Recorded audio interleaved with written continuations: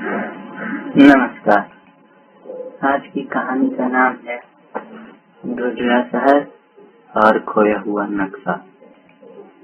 धुंधले शहर अंबरपुर में, जहाँ सदियों पुरानी इमारतें आसमान को छूती थीं और सकरी गलियां रहस्यमयी ढंग से आपस में उलझी हुई थीं, एक युवा लड़की रहती थी जिसका नाम मीरा था। मीरा, जिसकी आंखें हमेशा चमकती रहती थी, एक साहसी और जिज्ञासु आत्मा थी। वह शहर के हर कोने को जानती थी, हर पत्थर और हर छाया से परिचित थी। लेकिन अंबरपुर में एक रहस्य था, एक किंवदंती जो पीढ़ियों से चली आ रही थी। खोया हुआ नक्शा। कहते हैं कि सदियों पहले अंबरपुर के संस्थापक, एक महान खोजकर्ता ने एक नक्शा बनवाया था जो शहर के सबसे गहरे रहस्य और सबसे कीमती खजाने की ओर ले जाता था। यह नक्शा, जो सोने की स्याही से रेशमी कपड़े पर बना था, एक तूफान के दौरान गायब हो गया था और तब से कई लोगों ने इसे खोजने की कोशिश की थी, लेकिन सब व्यर्थ। मीरा, जो कहानियों और रहस्यों से मोहित थी, ने खोए हुए नक्शे को खोजने का फैसला किया। उसने शहर के पुस्तकालयों और संग्रहालयों में घंटों बिताए, पुरानी किताबें और पांडुलिपियों का अध्ययन किया और शहर के बुजुर्गों से कहानियां सुनी। उसे पता चला कि नक्शा केवल एक पहेली नहीं, बल्कि अंबरपुर के इतिहास और आत्मा का एक हिस्सा था। अपनी खोज में मीरा को एक बूढ़े पुस्तकालयाध्यक्ष श्री शर्मा से मुलाकात हुई।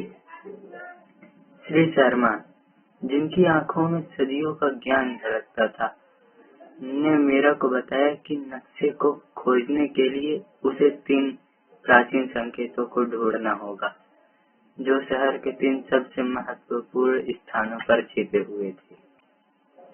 पहला संकेत, ज्ञान का झरना। शहर के सबसे पुराने पुस्तकालय में छिपा हुआ था। मीरा ने पुस्तकालय की धूल भरी अलमारियों में खोज की और अंत में एक पुरानी किताब के पन्नों के बीच उसे एक पहेली मिली।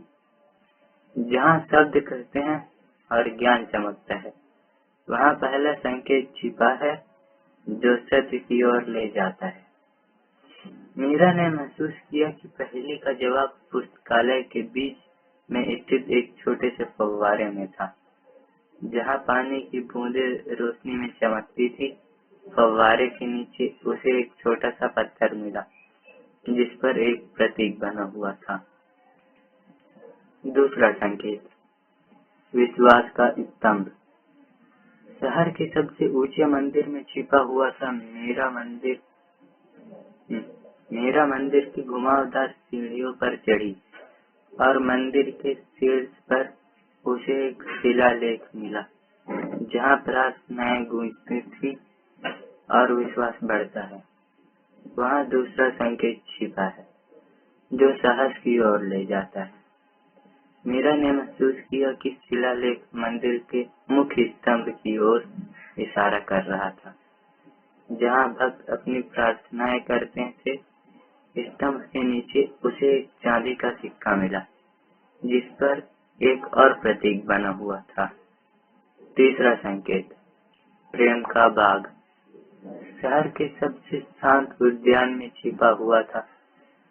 मीरा उद्यान में घूमी और अंत में उसे एक गुलाब के पेड़ के नीचे एक कविता मिली, जहाँ फूल खिलते हैं और प्रेम बढ़ता है।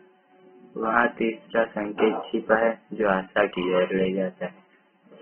मीरा ने महसूस किया कि कविता का जवाब बगीचे के केंद्र में स्थित है, छोटे से तालाब में था, जहाँ रंगीन मछलियाँ तैरती थीं। तालाब के नीचे उसे एक सोने की चाबी मिली, जिस पर एक तीसरा प्रतीक बना हुआ था। मीरा ने तीनों संकेतों को एक साथ रखा और उसने महसूस किया कि प्रतीक एक नक्शे का हिस्सा थे। नक्शे के टुकड़ों को जोड़ा और एक पूरा नक्शा बनाया जो अंबरपुर से बाहरी इलाके में एक गुफा की ओर ले गया। गुफा में मीरा ने एक गुप्त कक्ष खोजा जहाँ खोया हुआ नक्शा छिपा हुआ था। नक्शा जो सोने की स्याही से रेशमी कपड़े पर बना था, अंबरपुर के सबसे गहरे रहस्य और सबसे कीमती खजाने की ओर ले जाता था। शहर के नीचे छिपी एक प्राचीन सभ्यता का द्वार। मीरा ने नक्शे को अंबरपुर के लोगों को लौटा दिया और शहर के लोगों ने मिलकर प्राचीन सभ्यता के द्वार को खोला। उन्होंने एक नई दुनिया की खोज की जो ज्ञान, साहस और प्रेम से भरी हुई थी। मीरा, जो एक साधारण लड़की थी, अंबरपुर की नायिका बन चुकी थी और उसकी कहानी सदियों तक सुनाई जाती रही। अगर आपको यह कहानी अच्छी लगी हो तो चैनल को सब्सक्राइब और वीडियो को लाइक कर दीजिए। धन्यवाद।